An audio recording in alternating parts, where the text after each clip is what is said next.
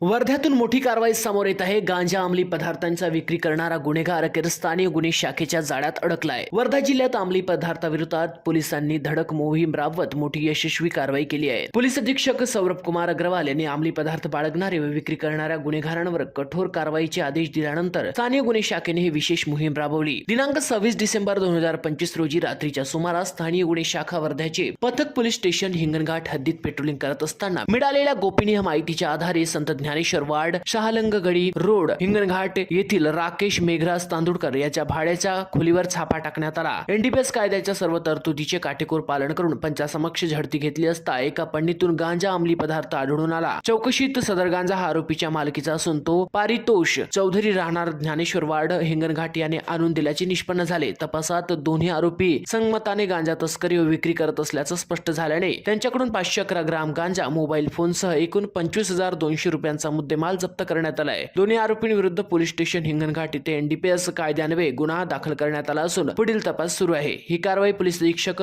सौरभ कुमार अग्रवाल, अपर police अधीक्षक सदाशिव वाघमारे यांच्या मार्गदर्शनाखाली स्थानिक गुन्हे शाखा व वर्ध्याचे पोलीस निरीक्षक विनोद चौधरी यांच्या नेतृत्वात करण्यात आले आहे। हे আপনার होनो कामात लगाओ, आज ये कॉल करो 1-800-313-1212 लो।